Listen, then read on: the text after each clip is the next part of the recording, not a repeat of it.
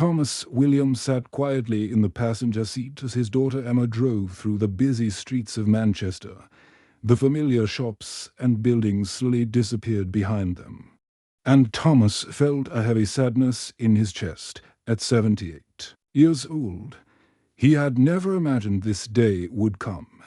For 40 years, he had been a headmaster, teaching children and helping them grow into good people. But 3 months ago, a stroke had changed everything.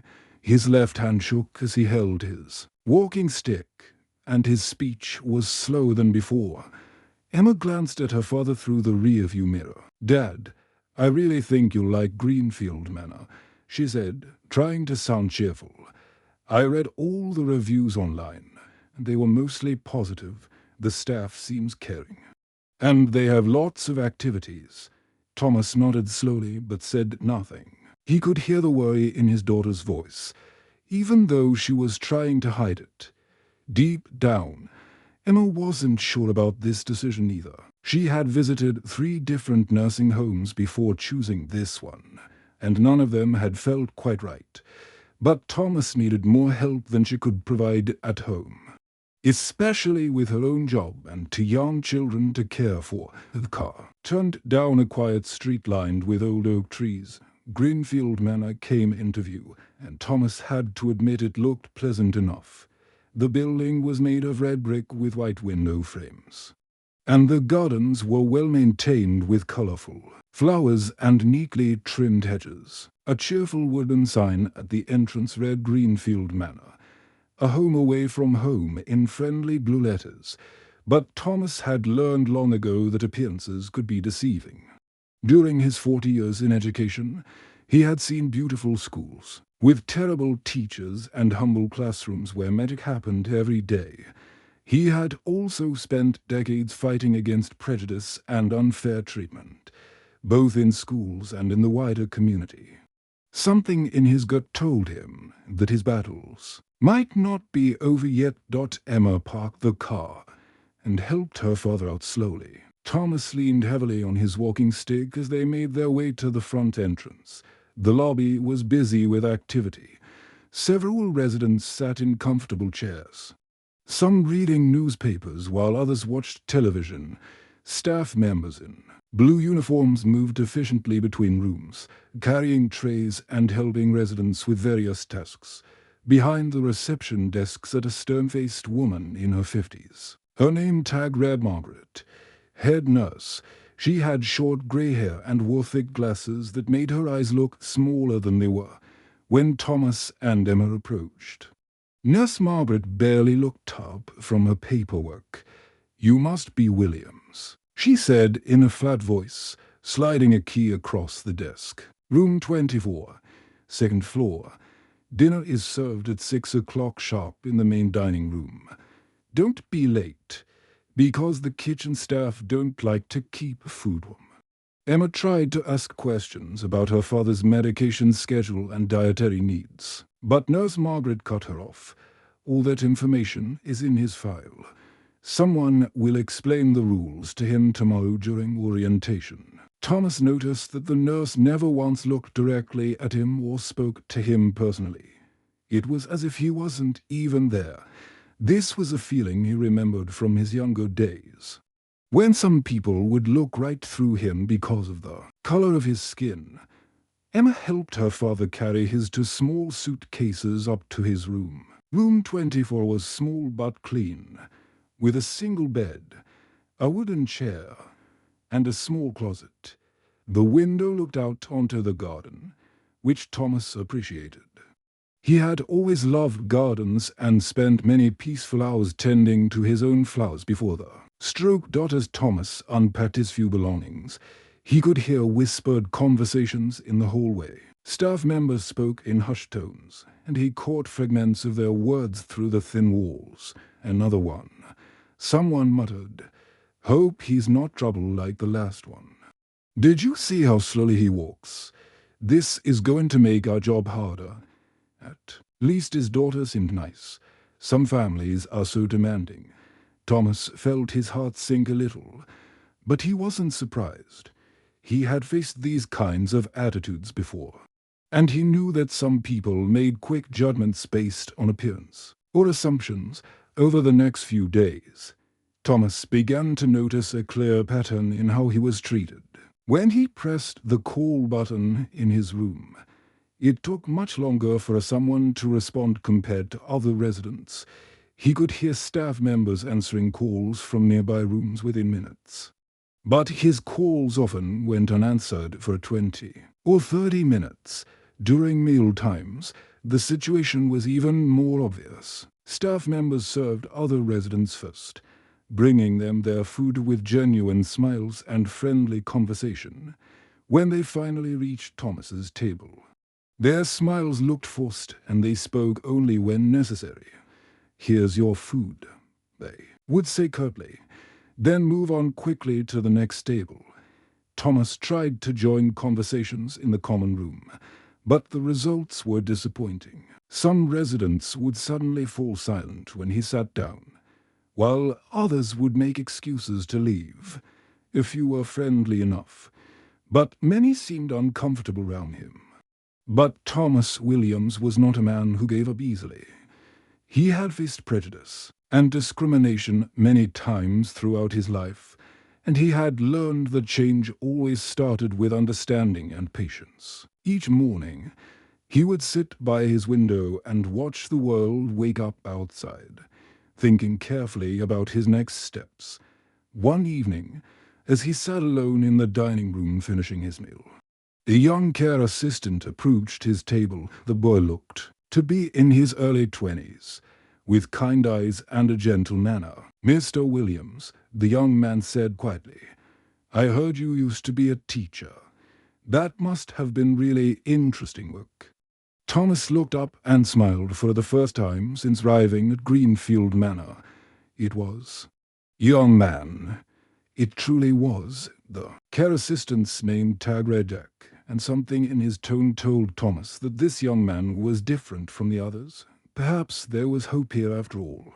Thomas had learned that every journey toward change began with a single step, and sometimes that step came from the most unexpected places. 3 weeks had passed since Thomas Williams first walked through the doors of Greenfield Manor. The initial shock of leaving his home had slowly faded. But the daily challenges of living in the nursing home remained. Thomas had settled into a routine of sorts, though it wasn't always a comfortable one. He woke each morning at 6, dressed himself carefully despite his shaking left hand, and made his way to the dining room for breakfast. The staff still served him last, and other residents still seemed hesitant to include him in their conversations. But Thomas was beginning to realize that he wasn't the only person at Greenfield Manor who felt like an outsider. This discovery came on a quiet Tuesday afternoon when he decided to spend some time in the garden. The weather was pleasant, with a gentle breeze and warm sunshine filtering through the old oak trees that surrounded the property. As Thomas walked slowly along the garden path, he noticed an elderly man sitting alone on a wooden bench near the bird feeder. The man appeared to be in his 80s, with white hair and kind blue eyes.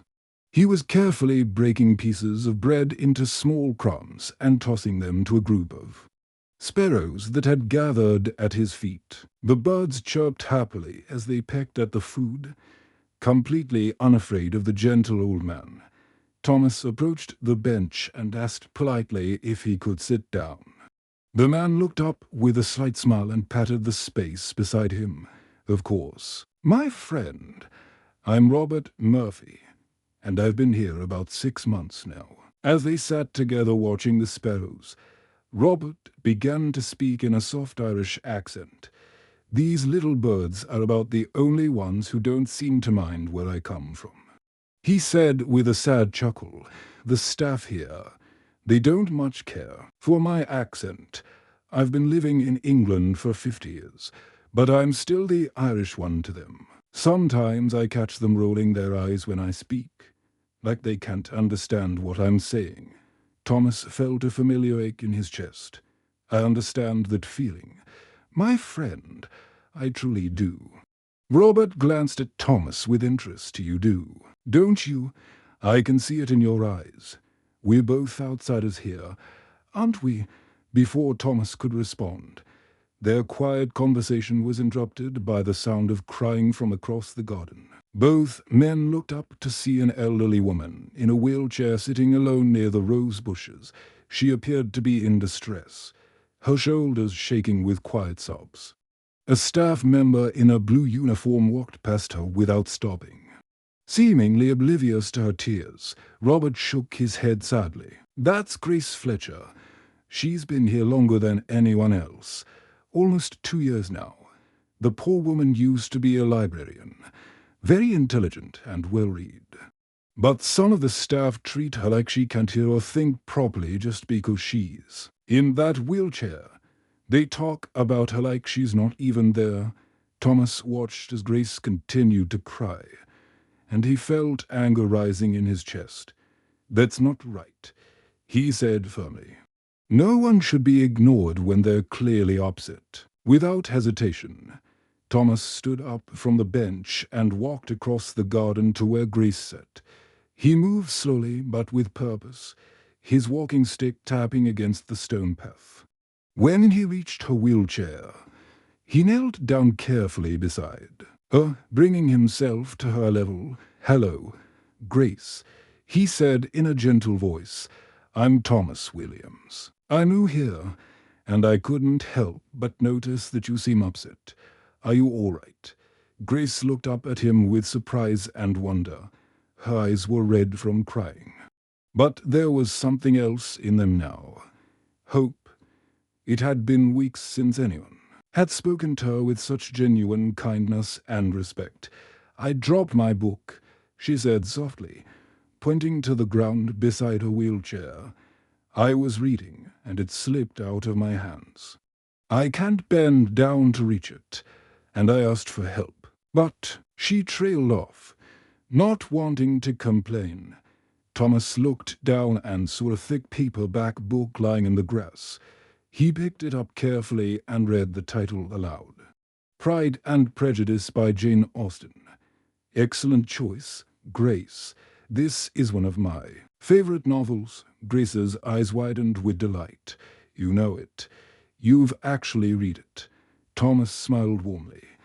"I taught English literature for 20 years before I retired.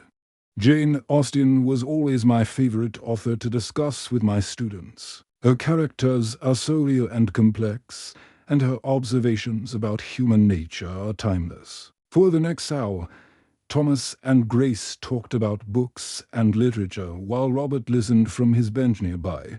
Grace's face had completely transformed. Where there had been sadness and loneliness, now there was joy and excitement.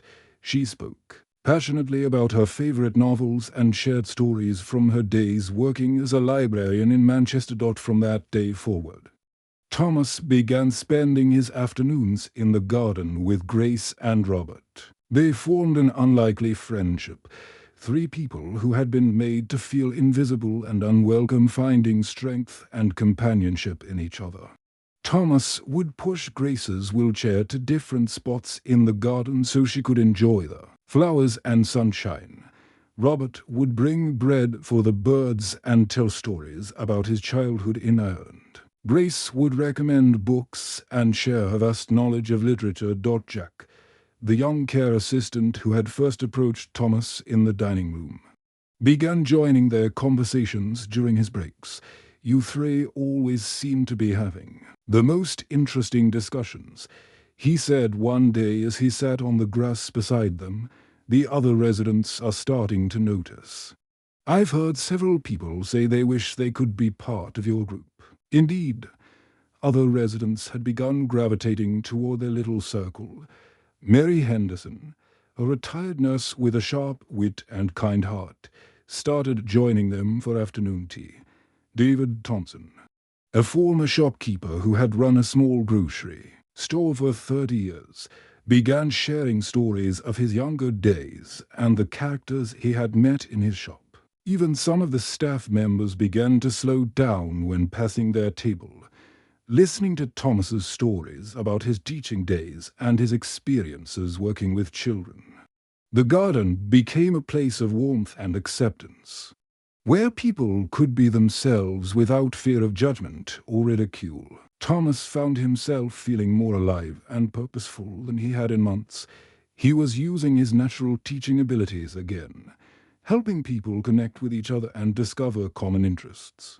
One evening, as Jack helped Thomas back to his room after a particularly enjoyable afternoon in the garden, the young man said thoughtfully, "You know, Mr. Williams, this place feels different since you arrived. Lighter.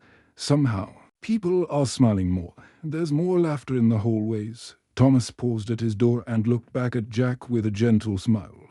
"Change often starts with conversation, Jack.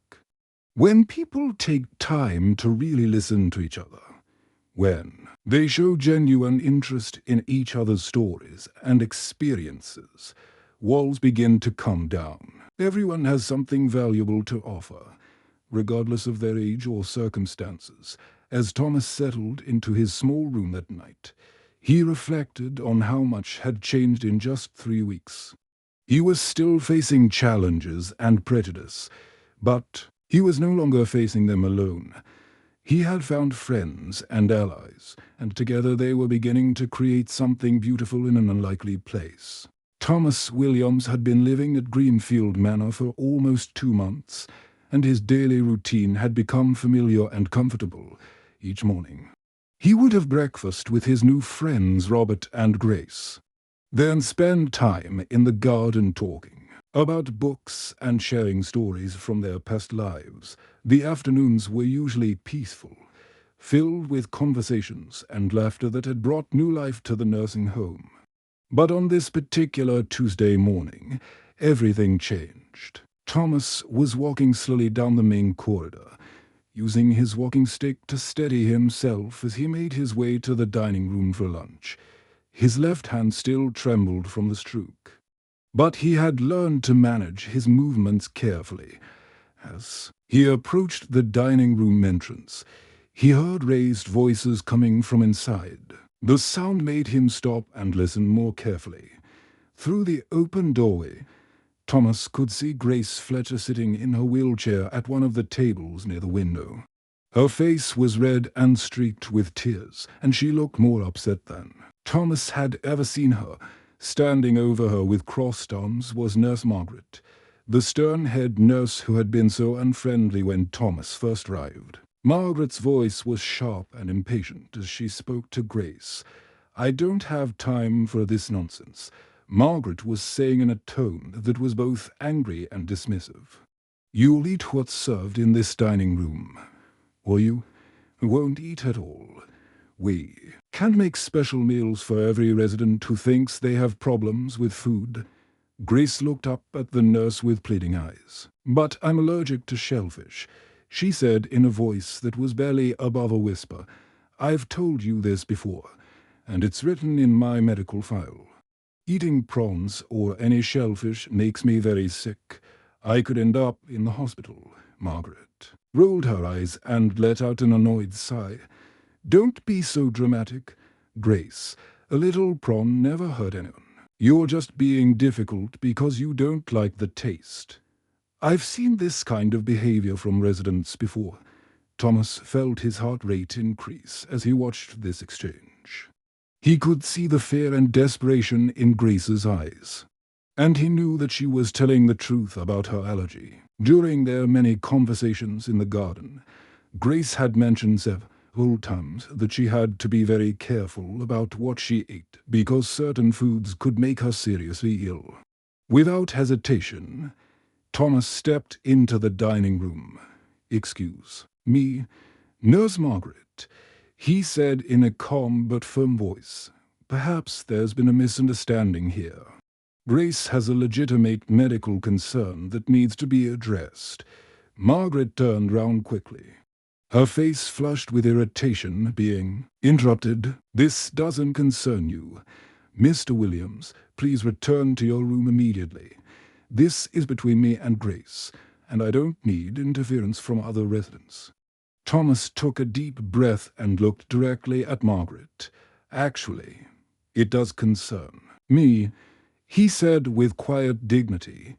"Grace is my friend, and she's asking for help with a serious medical issue. Food allergies are not something to be taken lightly. They can cause severe reactions that could be life-threatening." Margaret's eyes narrowed as she stared at Thomas. "I don't need advice from you about medical conditions," she replied sharply. "I've been working in healthcare for 20 years. I know what I'm doing. And I don't appreciate being questioned by residents who don't understand how this facility operates."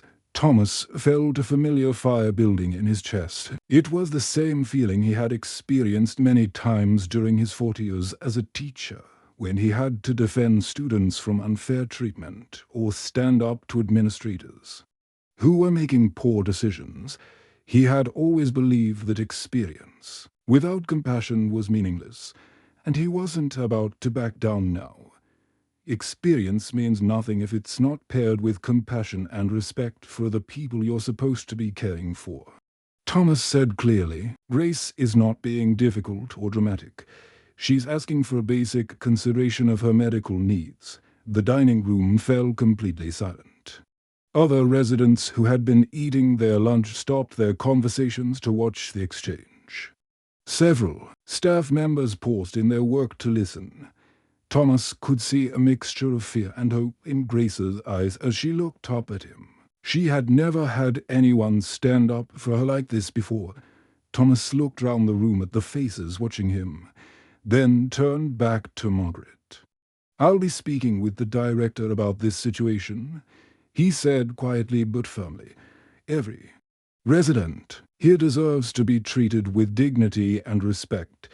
We're not just bodies to be fed and medicated. We're human beings with real needs and concerns." Margaret's face turned bright red with anger. "You'll regret causing trouble, old man," she said in a low, threatening voice. "Life can be made very difficult for residents who don't know their place." But Thomas had made his decision, and he wasn't afraid of Margaret's threats. He had faced intimidation before during his years as an educator, and he knew that bullies often backed down when someone stood up to them with courage and determination. That evening, Thomas sat at the small wooden desk in his room and began writing. He took out several sheets of paper and a pen, then started documenting everything he had witnessed over the past 2 months. He wrote about the delayed responses to call buttons, the dismissive attitudes of certain staff members, and the way some residents were treated as if they were invisible or unworthy of basic respect. He wrote about Grace's tears when staff members ignored her requests for help. He wrote about Robert's loneliness when people mocked his Irish accent or made jokes about his background. He wrote about his own experiences of being treated as if his 40 years of education and service meant nothing simply because he was now old and needed assistance. As Thomas wrote, he felt a familiar sense of purpose returning to his life. He had spent his entire career teaching young people to stand up for what was right, to speak out against injustice, and to treat others with kindness and respect. Now, in what he thought might be his final chapter, he would practice what he had preached for so many years. Round 9 o'clock, there was a soft knock on his door. Thomas looked up from his writing to see Jack, the young care assistant who had become a friend and ally. "Mr. Williams," Jack said quietly, "are you all right? I heard about what happened in the dining room today. Some of the other staff members are talking about it." Thomas looked up from his papers and smiled at the young man. "I'm fine, Jack, but I need to ask you something important. Have you seen other residents treated unfairly like Grace was today?" Jack hesitated for a moment, then nodded slowly. "Yes, sir. Many times. But I'm just a care assistant. Nobody listens to people like me when I try to speak up. I'm afraid I'll lose my job if I cause trouble." Thomas set down his pen and looked at Jack with a gentle but determined expression. "That's where you're wrong, my boy," he said with a warm smile. "Every voice matters. Every person who stands up for what's right makes a difference. Change doesn't happen because one person speaks out. It happens because good people decide to support each other and work together." The morning after the incident in the dining room, Thomas Williams woke up early and dressed carefully in his best shirt and trousers. He had spent most of the night writing and organizing his thoughts. And now he knew exactly what he needed to do after breakfast. He walked slowly to the main office and asked to speak with Director Patricia Stevens. The receptionist looked surprised, but scheduled him for a meeting at 10:00 single quotes clock. Thomas spent the remaining hour reviewing his notes one final time. He had filled several pages with detailed observations about life at Greenfield Manor, including specific dates, times, and descriptions of incidents he had witnessed. His 40 years as a headmaster had taught him the importance of having facts and evidence when addressing serious problems. At exactly 10 o'clock, Thomas knocked on Director Stevens' office door. She was a busy woman in her 50s with short, brown hair and wire-rimmed glasses. Her office was filled with filing cabinets, charts, and certificates on the walls. She prided herself on running an efficient facility that met all government regulations and standards. "Mr. Williams," Patricia said without looking up from her computer screen, "I understand you've been causing some disruption round here. We can't have residents interfering with our staff's work or questioning their professional judgment. This facility has procedures that must be followed." Thomas walked slowly across the office and placed a thick folder on her desk. "I'm not here to cause trouble, Director Stevens. I'm here because I care deeply about this place and the people who live in it. I believe we can work together to make things better for everyone." Patricia finally looked up from her computer with a slight frown. "What's this folder?" "This is documentation of incidents I've witnessed over the past 2 months since I arrived." "Here," Thomas replied calmly. "It includes examples of residents being treated with disrespect, medical needs being ignored or dismissed, and staff members who seem to believe that age or disability makes a person less worthy of basic kindness and consideration." Patricia opened the folder reluctantly, as if she was expecting to find complaints and accusations. But as she began reading, her expression slowly changed. Thomas had written everything in clear, precise language that any administrator would recognize as professional and thorough. Each incident was documented with specific dates, times, locations, and the names of witnesses who had been present.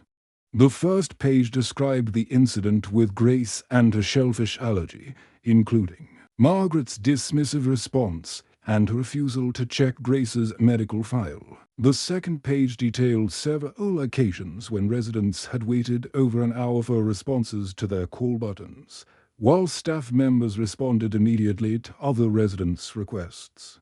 The third page documented comments Thomas had overheard from staff members about residents, including mocking of accents and complaints about having to help people with disabilities. "These are serious allegations, Mr. Williams," Patricia said finally, her voice much quieter than before. "They're not allegations, Director Stevens," Thomas replied firmly. "They're facts that I've observed and documented. I spent 40 years in education, and I know the difference between emotional complaints and a documented pattern of behavior that needs to be addressed." Patricia closed the folder and leaned back in her chair. "Even if some of this is true, you have to understand that change takes time. We can't just transform everything overnight. We have procedures, union rules, and budget constraints to consider." Thomas leaned forward slightly, his voice gentle but determined. "Ma'am, with all due respect, we don't have time to waste." Grace cried herself to sleep last night because she was made to feel like a burden for having a legitimate food allergy. Robert sits alone during meals because staff members mock his Irish accent. These are human beings with feelings and dignity. Not just names on a care plan or problems to be managed. There was a long silence in the office. Patricia looked at the folder, then at Thomas, then back at the folder again. Finally, she asked, "What exactly do you want me to do about this?" Thomas straightened up in his chair. "I want you to remember why you choose to work in healthcare and elder care in the first place. I want proper training for all staff members on treating residents with dignity and respect. I want a system where residents can voice concerns without fear of retaliation or punishment. And most importantly, I want to help make these changes happen." Patricia studied him carefully for several minutes. "You're not just here to complain, are you? You're actually offering to be part of the solution." "That's exactly what I'm doing," Thomas replied with a small smile. "I have experience in education, training, and working with people. I want to help make Greenfield Manor a place where everyone feels valued and respected." Over the following weeks, Thomas worked closely with Patricia to implement changes throughout the facility. It wasn't easy, and not everyone was happy about the new approaches. Some staff members resisted the changes, including Nurse Margaret, who made it clear that she didn't appreciate being told how to do her job by a resident who doesn't understand healthcare. But others, like Jack and several of the younger staff members, embraced the new approach enthusiastically. They began spending more time with residents, listening to their concerns, and treating them as individuals with unique needs and preferences rather than problems to be managed as efficiently as possible. Thomas started a weekly discussion group in the common room every Thursday afternoon. At first, only his close friends Grace and Robert attended, along with Jack and one or two other staff members. But gradually, other residents began joining the group. They shared their experiences, their fears, their hopes, and their suggestions for making life better at Greenfield Manor. The discussions were honest and sometimes emotional. Residents talked about feeling invisible or unheard. They shared stories about their lives before coming to the nursing home and their struggles with adjusting to their new circumstances.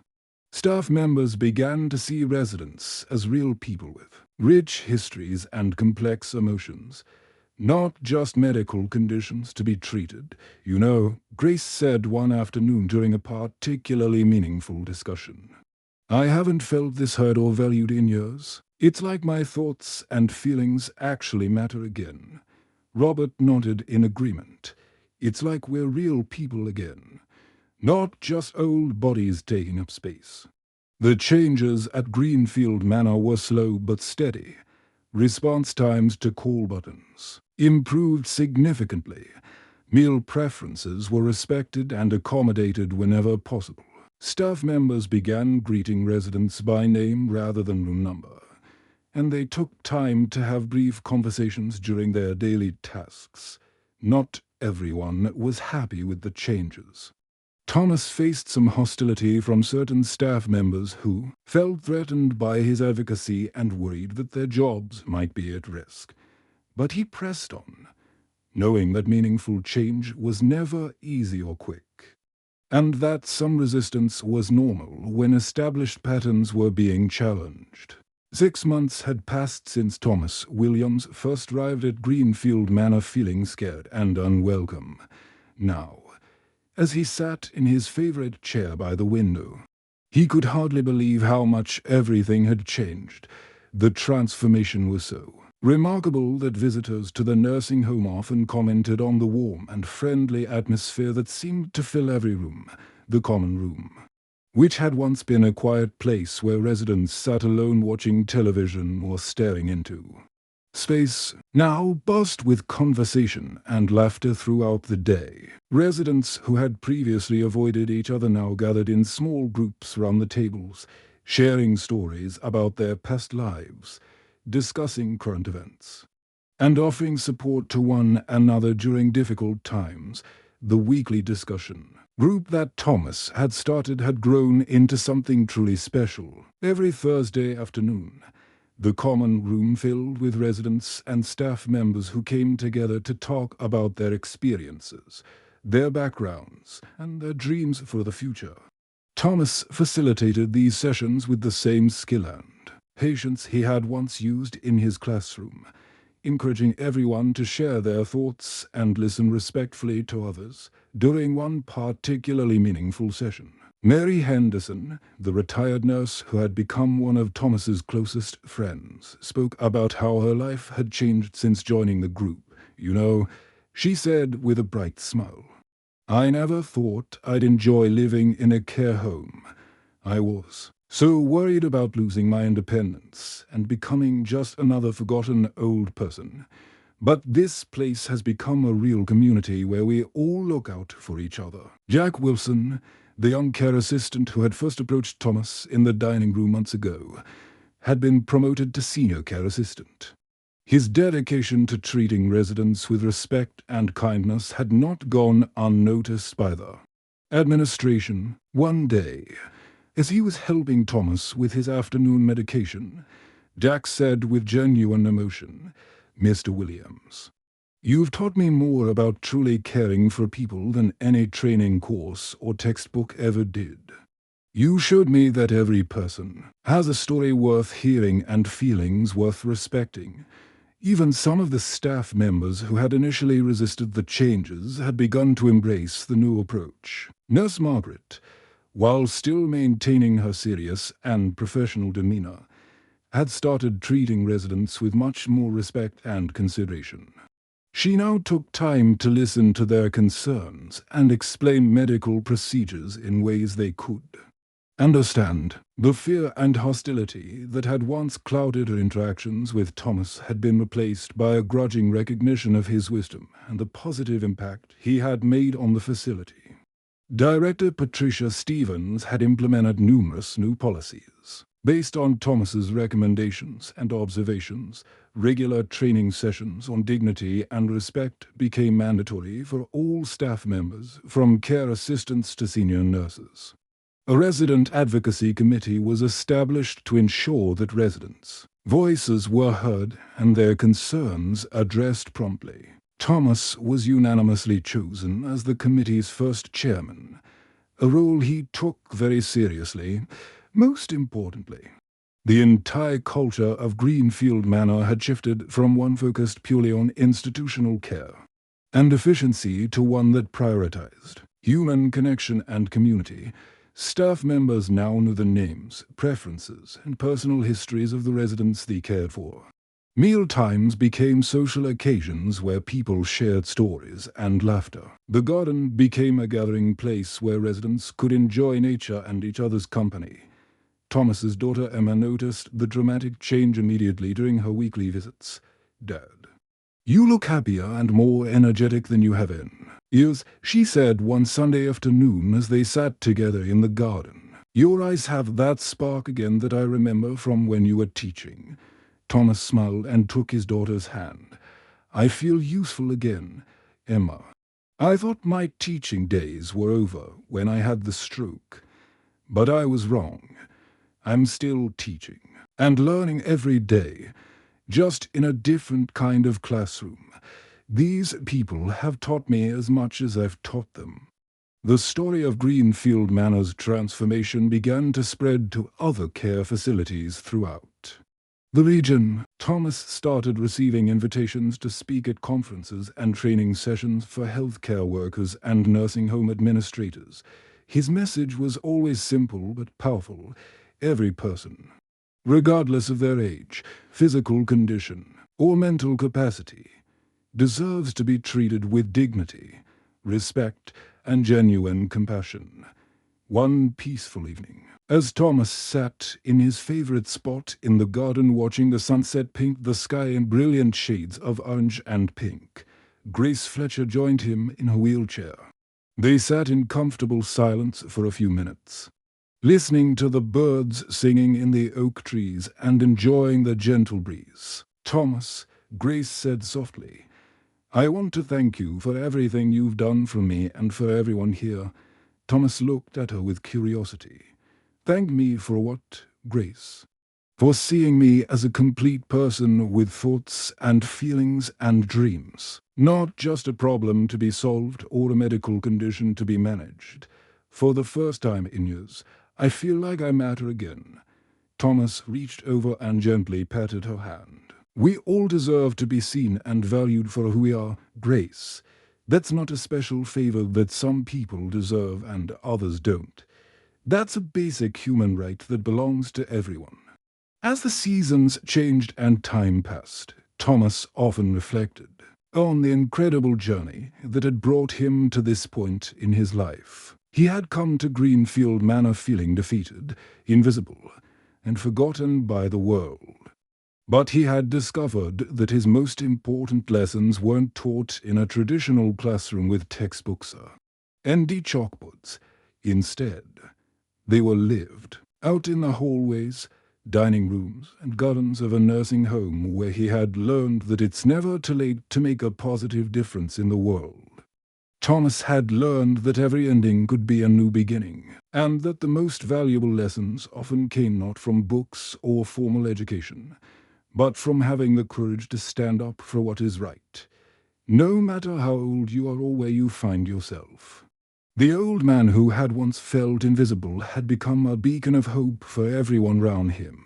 The end.